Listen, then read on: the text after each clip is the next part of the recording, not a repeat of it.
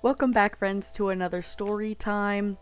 Now, before I get started, I do want to give kind of like a little disclaimer because I will be talking about OCD and ADHD and my experience with those two, and my whole purpose of posting this out here in the YouTube world is maybe someone has similar experiences as I do.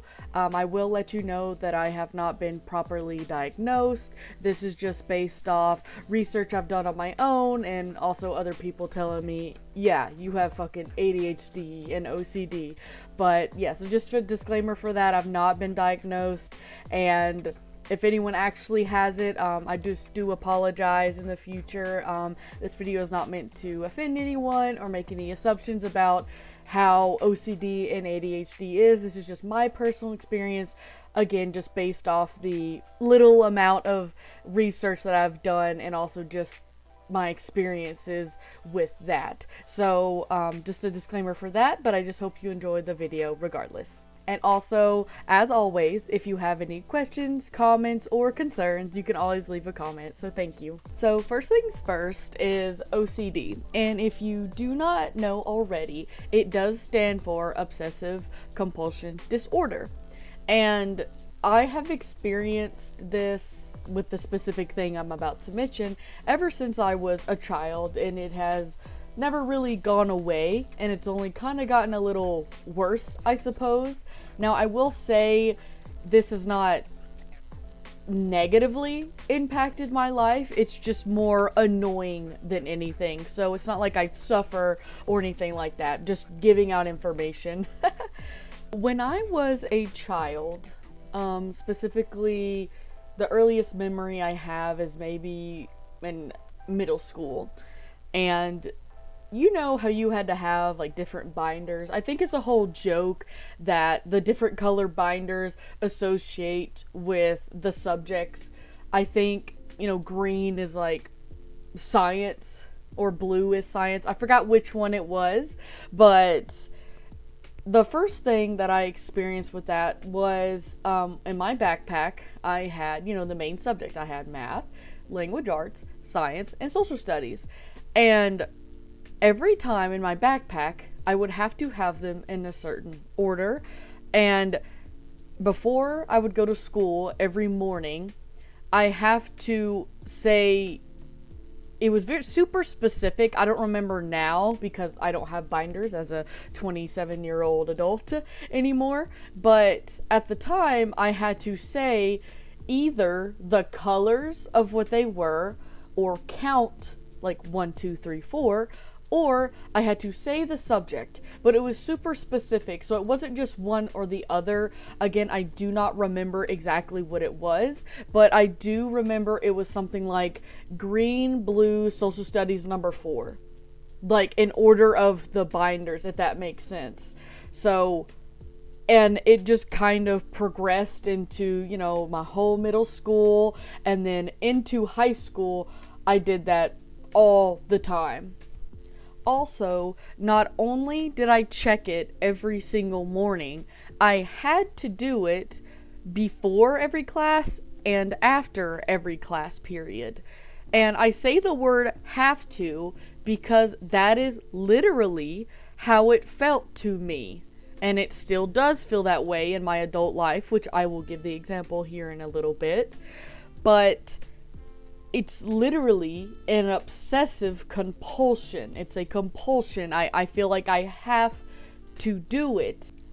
The only logical explanation that I can come up with to explain that I have to do this is my brain, I guess, tells me if you don't check this in the morning, before, and after your class starts, one of your binders is going to not be there. And I know that makes 0 sense whatsoever, but that is how it feels inside my head. And carrying along into my adult life, right after high school, I, started to get, my license and, credit cards, debit cards, things of that nature. And I had a wallet. I've always had a simple black wallet. And it just kind of started. I didn't plan it. I didn't come up with it. My brain is just like, hey, let's state the cards that are in your wallet and also some of the colors and also how many there are. So ever since I graduated high school up until now, which I graduated high school 10 years ago, Jesus Christ, in my wallet, I have the same, I have to put my cards back in a certain way. And, for example, I won't give specifics of what's in my wallet, but I do have a debit card. I do have some credit cards. I do have a license and a couple other things, maybe like a gift card here and there, whatever. And what I have to do in my head is I have to, again, it's very specific. I don't want to get too specific, but so for example, I would either have to say what the item is, or what color it is, or what kind of card it is. So, for example, it would go something like this. And I have to touch it. And same with the binders, I did not mention that. I have to touch it to physically feel that it's there and to visually see that it's there. So that's kind of how it works in my head. But I would have to go driver's license, gift card, green, purple, okay. And I have to close my wallet because it has a little, like a strap around it and then a buckle. I have to close it and buckle it. And it has to, the best way I can describe this is with the term feel right. I have to do it until it feels right. And then once I do, I put it back in my purse and then I walk away. And I don't want to say I'm ashamed to admit this, but I do this about 5 times a day, maybe. I get that kind of itch, and it's like, I have to check my wallet. I have to. Not because I know, I completely understand that it's still there. Your cards and stuff do not just disappear from your wallet, and I do logically understand that. But again, it's kind of the same reasoning in my head. It's like I get an instant satisfaction from doing that. Same with the binders. It's like I do it and it's just like, oh, deep breath of relief. And then it kind of slowly builds up and then I have to do it again. Again, I don't suffer from this. Again, it's just more annoying because I annoy myself because as I'm checking it and when I get done, close my wallet properly, put it back in my purse, and I'm like, what an idiot. Why do I have to do that? That's kind of how it makes me feel. And just one more little anecdote before I move on to the ADHD portion. I have had people think that I was checking my wallet for attention, which it's kind of silly from my perspective. Why would I pretend to have OCD in the middle of my work day, because that's where it was at, for attention? That's just very odd. So at the time when I was, I think 18, 19, 20, I worked at a pharmaceutical company selling medications for around 3 years, and I did not know that people thought that I was faking it. Of course, before I leave the house, I have to check my wallet. Before I go into work, when I'm sitting in my car, I have to check my wallet. When I'm sitting down at my desk getting ready to work, I have to check my wallet. That's how it is in my head. And when I left, my best friend at the time told me randomly one day, like a long time ago after I quit that job, she said to me, "Oh yeah, by the way, a lot of people thought that you were faking checking your wallet or doing it out of attention." And I'm like, what? Like, I was very confused. And she also told me that she knew I wasn't faking because, and I just want to state this for the record, yes, my first sip of alcohol was when I was 21 years old. So after I quit that job and I started, partaking and participating of alcoholic beverages, I I may or may not have drunk a lot of alcoholic beverages to where maybe I don't remember most of the night. So she told me that even when I'm in that condition, I still checked my wallet numerous times. And to her, she told me that to, I guess, kind of confirm and maybe also comfort that she knew that I wasn't just pretending or lying to have OCD for attention. Oh yeah, and also one more thing that I do in my adult life when it pertains to OCD is the stove and my refrigerator. So just in brief, every time I leave the kitchen, I have to say, so there's 4 eyes, or burners, whichever you want to call them, and there's a main knob for the oven. So I have to make sure they're all off, right? I don't want to get carbon, monoxide poisoning or leave it on. It's a gas stove. So I have to say and point and sometimes even touch the knobs to make sure they're off, but I have to go off, off, off, off, off. And exactly with those spaces, by the way. That's kind of how my pattern goes when I do it. Off, off, off, off, off. And then with the refrigerator, I have to open it and then close it and press my left hand up against both of the handles and extra close the doors. So those 3 examples, 2 of them are in my adult life. I do them every day, numerous times a day, and that's my experience with OCD. Apologies, I have one more, as if I don't have enough examples of OCD, but just to give a whole well-rounded idea. It's just I'm currently recording this, and the more I listen back to this more, I'm like, oh yeah, also, I do this other thing, why not mention it? Last thing, though, that I just realized is I also, it has to pertain to my alarm. I do wake up at a certain time every morning, try to, anyway. Sometimes I might take a little nap. But I have 2 different alarm sets set up. And when it comes to my alarm, I have to click on the alarm itself and make sure that the vibration is on, because I don't have sound that wakes me up. It's a vibration. And I have to make sure that's on, and then I save the alarm, go to the second one, and then save that one. I can't just turn on the alarm because in my head I'm like, oh, well, what if I accidentally forgot to turn the vibration part on, which it's always gone off, so it's always been on, and I have to say it. I have to make sure in the top right corner that my vibration, my phone is set to vibration, and I also have to state to myself the battery life of my phone, just so I know that my phone won't die. Well, I need the alarm to go off. And then I have to say the times of both of the alarms of what they are, and then I have to say how many hours and minutes are left before I have to wake up.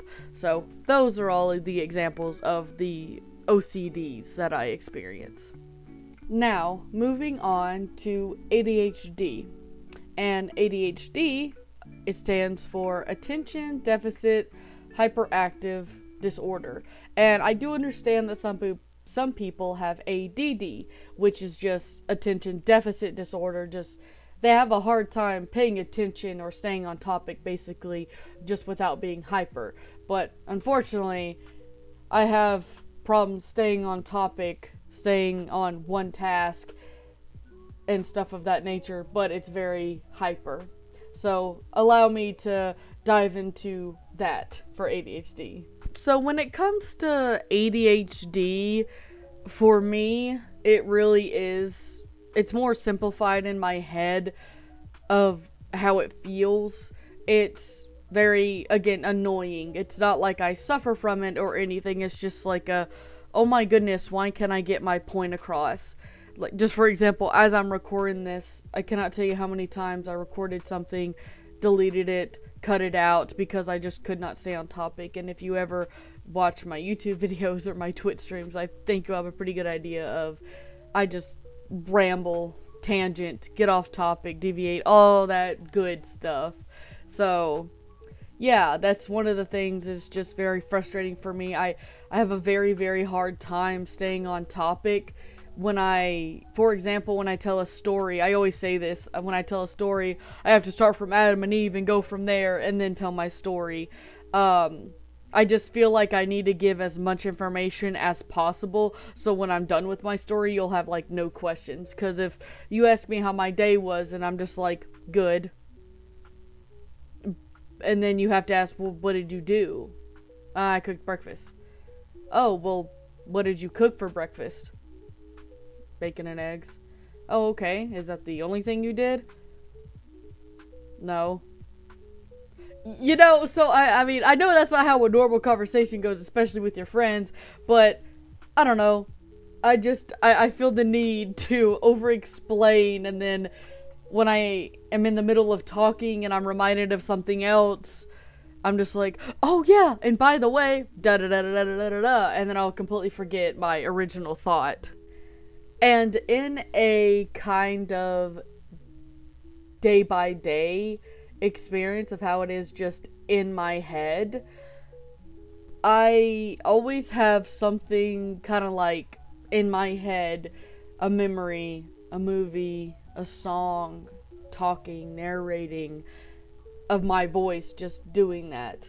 That one's a little bit harder to explain, but my brain is always going, is the best way I can kind of describe it. I'm just always going. There's never a time, there's never not a time where I am not thinking of something, and it's very loud in my head all the time.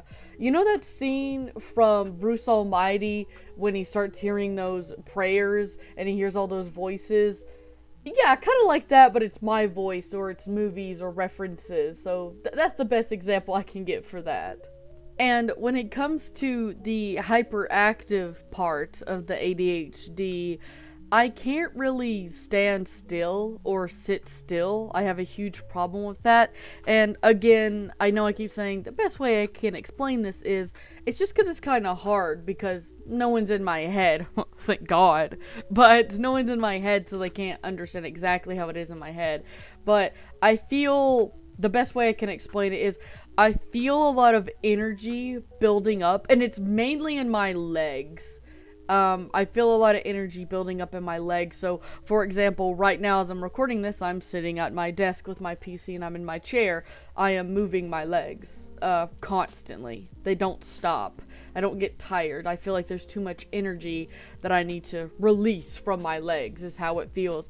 And right now, for example, I stop moving my legs and it's super, super uncomfortable. I feel uncomfortable. I feel like all the energy is building up from my legs and I can't get relief until I start moving my legs again.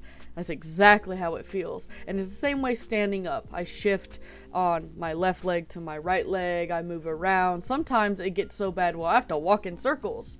I have to walk around, I'm talking and it's like I have to walk around my kitchen or I'm walking around my living room. I have to always be moving. And even if I'm sitting down and I can't move my legs, because right now I'm like kind of shaking both of my knees back and forth, if you can, I guess, try to picture that. I usually like bounce my leg up and down. I think that one is what most people are familiar with. But yeah, that's the hyperactive part. I'm always moving, basically, and I can't sit still. So yeah, that's pretty much it for my experience with OCD and ADHD. I will say I am actively trying to quote unquote do better with those things, because like I said, it's not like I'm suffering from it, but it's just more annoying. So what I'll do is I might force myself to not check my wallet. I might force myself, you don't need to check the alarm, or maybe take baby steps like, okay, you can look at the alarm, but don't open it up and make sure that the vibration setting is on. Little stuff like that. It might sound a little silly, but a little progress is still progress. And I would like to go a day without having to check my wallet or look at my alarm or look at the stove a million times. It would be better. But if that's the biggest problem in my life, I think I'm doing pretty damn good. And for the ADHD part, the energy part, I can't really do much about, to my knowledge. And when it comes to having conversations, again, I do get off topic a lot, tangent, and all that good stuff. So I try to maybe speak a little slower, maybe not mumble as much. My words kind of not string together, but they kind of run together because I talk quickly and I talk a lot. So sometimes I try to speak slower, maybe not give as much detail, but I don't know, at the end of the day, that's me.